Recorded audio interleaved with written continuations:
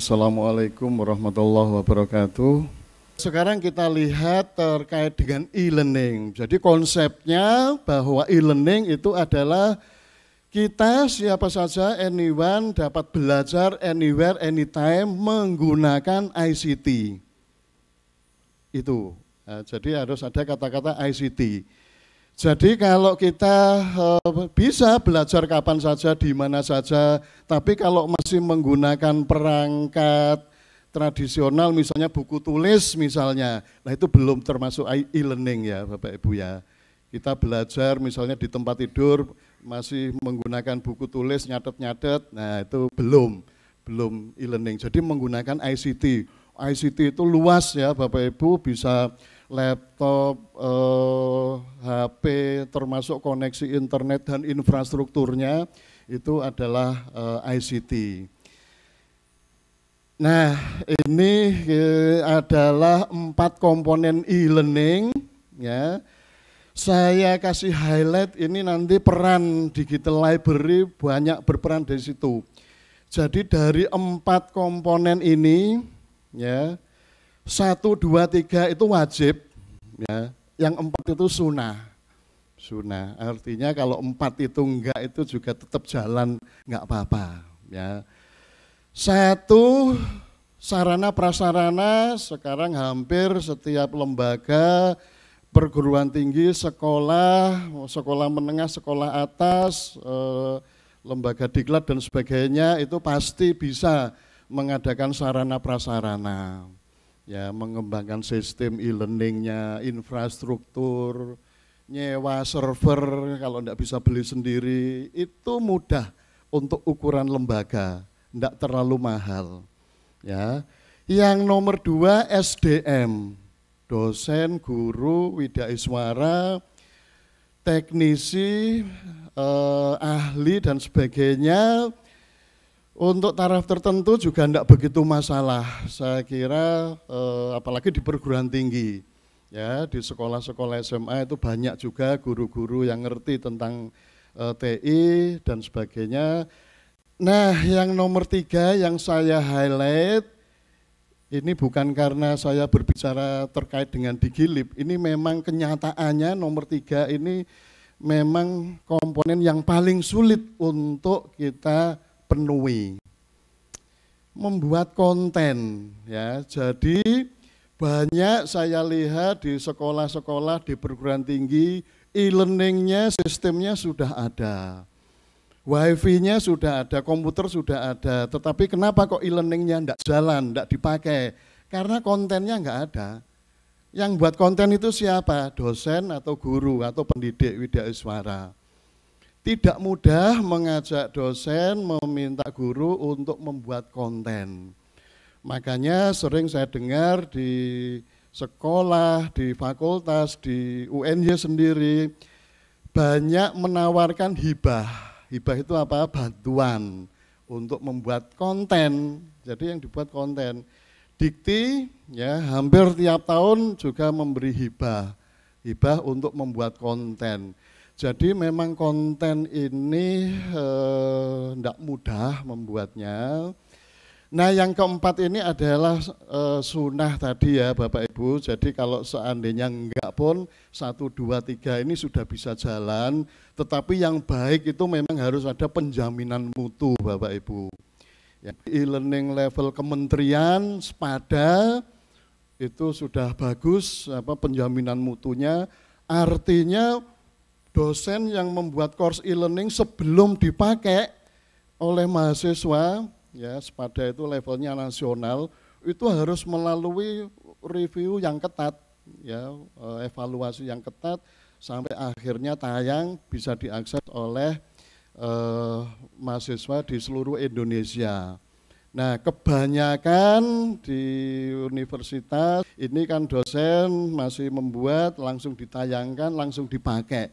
Mekanisme penjaminan mutunya masih belum jalan ya. Nah konten ya yang tadi saya sebut sesuatu yang paling sulit untuk dibuat, ini ada 2 Bapak Ibu ya. Jadi kalau e-learning itu juga tidak jauh beda seperti saya ngajar tatap muka seperti ini ya Bapak Ibu. Kalau saya ke kelas ngajar mahasiswa, itu kan tidak mungkin saya datang, kemudian membagi materi, mengasih bahan, terus saya tinggal. Atau mungkin saya duduk di pojok atau diem saja.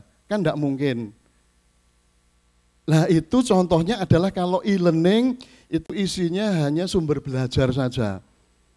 Itu ibaratnya dosen ngajar hanya memberi materi kemudian duduk di pojok atau bahkan mungkin keluar jemput anak dan sebagainya. Nah itu enggak cocok dosen seperti itu. Nah e-learning kalau isinya hanya konten materi yang saya sebut di situ sebagai learning resources saja, itu masih belum lengkap. Harus ada komponen yang kedua yaitu aktivitas atau interaksi. Jadi kalau dosen datang ke kelas membagikan materi, menyampaikan materi, dosen mengajak diskusi, memberi umpan balik, interaksi, mengevaluasi, menanyakan mahasiswa bisa atau enggak, paham atau enggak, sehingga pembelajaran menjadi menarik ya, sehingga mahasiswa akan tetap termotivasi ya. Kalau dosen itu hanya duduk di pojok itu ya paling-paling mahasiswa ya asik sendiri, ngobrol sendiri, nggak jelas.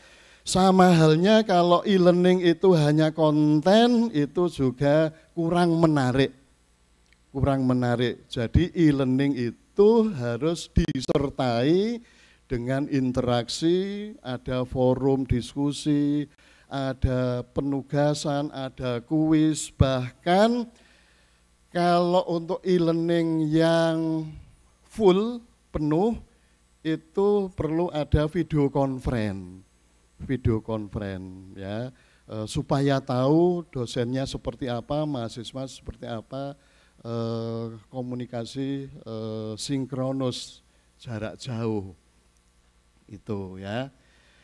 Oke, nah jadi aktivitas online itu sangat penting karena dengan aktivitas online itu akan mendorong siswa atau peserta didik itu menjadi aktif, ya, kemudian menjadi interaktif dan termotivasi. Kenapa teman-teman mahasiswa atau siswa itu sangat suka dengan Facebook? Karena Facebook itu menawarkan interaksi yang menarik, komunikasi yang menarik, ya, tidak mengancam, ya, sukarela, seneng. Sementara e-learning kebanyakan itu isinya hanya materi tugas yang sulit-sulit, ya. Jarang ada e-learning itu yang informasinya berupa interaksi yang mengajak mahasiswa itu santai, ya, informasi-informasi yang tidak terlalu mengancam. Beberapa contoh aktivitas online tadi sudah saya singgung sedikit. Jadi yang namanya forum diskusi biasanya perguruan tinggi sekarang menggunakan LMS Moodle ya. Pak Ahmad Muslim tadi juga menyampaikan menggunakan Moodle juga. Walaupun di Moodle itu untuk diskusi itu namanya forum diskusi, tetapi bisa kita isi macam-macam kegiatan. Ya, mulai dari yang simple ya. Biasanya kalau di awal semester saya bikin forum diskusinya itu perkenalan mahasiswa baru, perkenalan. Jadi untuk mensosialisasikan bagaimana menggunakan e-learning, ya coba dengan masing-masing memperkenalkan diri. Jadi nyantai, kemudian yang lain diminta untuk menanggapi dan seterusnya sampai hal-hal diskusi yang substansial. Jadi macam-macam ya.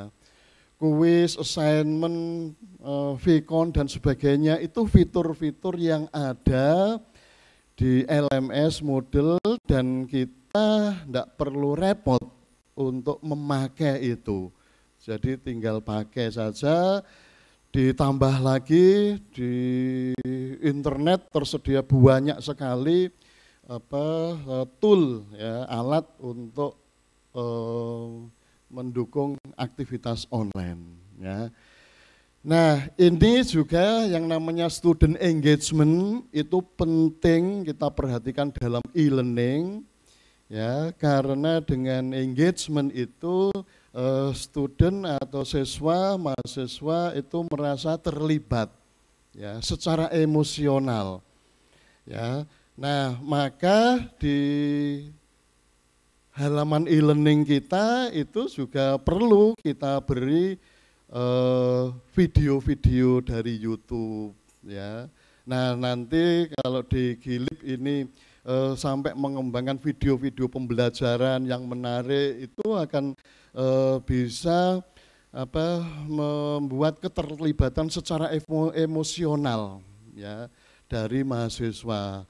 Interactivity ini penting, diberi kuis yang interaktif, yang menarik, tidak harus sifatnya substansial ya, tetapi bisa untuk hiburan ya. Kemudian kita gabungkan juga dengan social network ya, Facebook, Instagram dan sebagainya. Jadi ketiga ini akan menyumbang pada student engagement. Ya, student engagement itu adalah penting ya di dalam e-learning. Efektif e-learning ini juga perlu kita usahakan. Jadi Bapak Ibu yang di bidang pendidikan ini kan udah nggak asing ya dengan istilah taksonomi Bloom itu ya. Ada macam-macam, ada knowledge, understanding, terus sampai analisis, evaluation, creation. Nah ini kalau di zaman sekarang istilahnya yang populer itu HOT. Nah, HOT. Nah, higher order thinking skill. Ya, itu sebenarnya nggak baru, itu lama itu. Jadi aspek-aspek yang bagian atas itu namanya HOT. Ya. Yang bagian bawah itu LOT. Ya, LOT nggak begitu terkenal. Yang terkenal sekarang HOT gitu ya.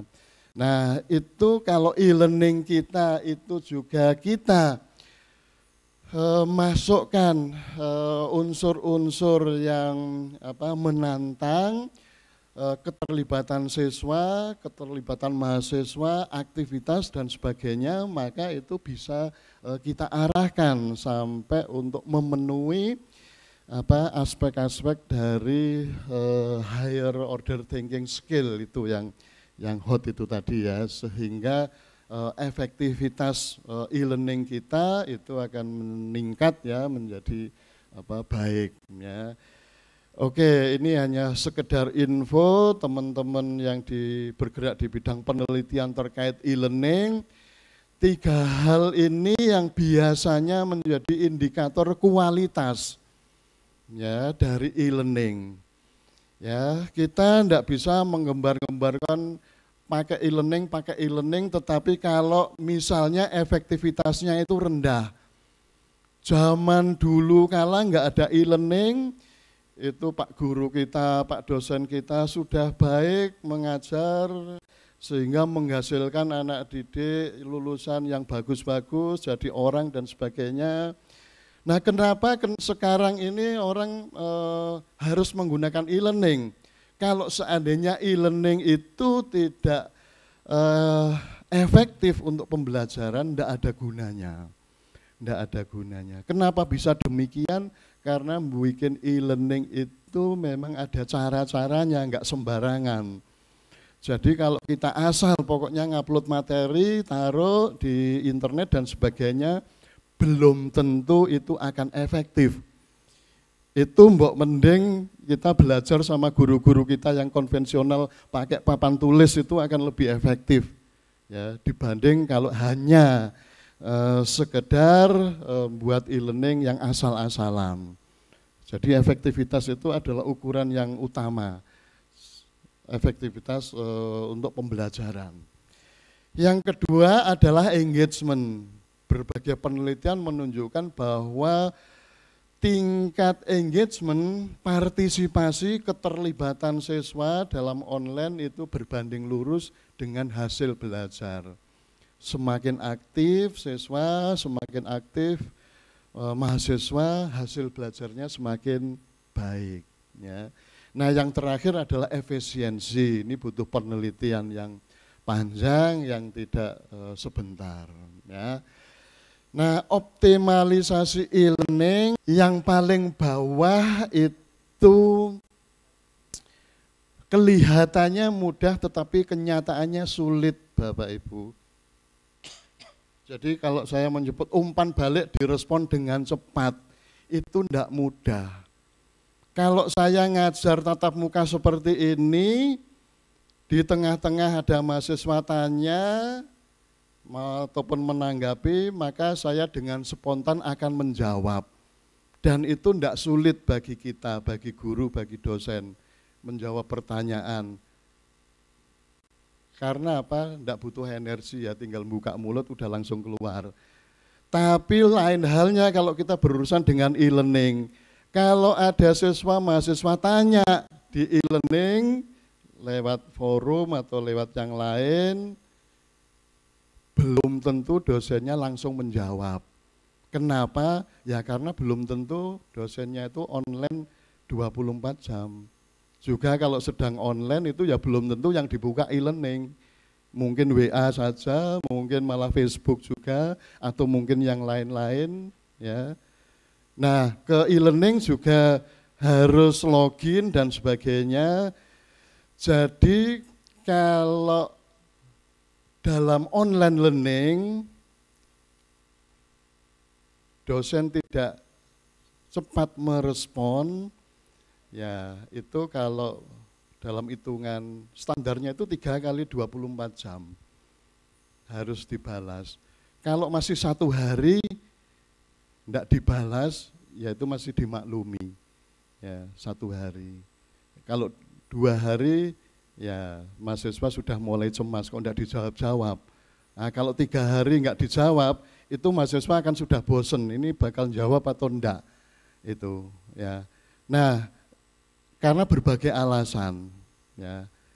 Nah, kalau tatap muka, kalau tidak langsung dijawab, ya itu nampaknya tidak mungkin ya. Kalau ada mahasiswa tanya, Pak mau tanya ini, kemudian dosennya langsung melengos, langsung keluar, itu kan tidak mungkin ya.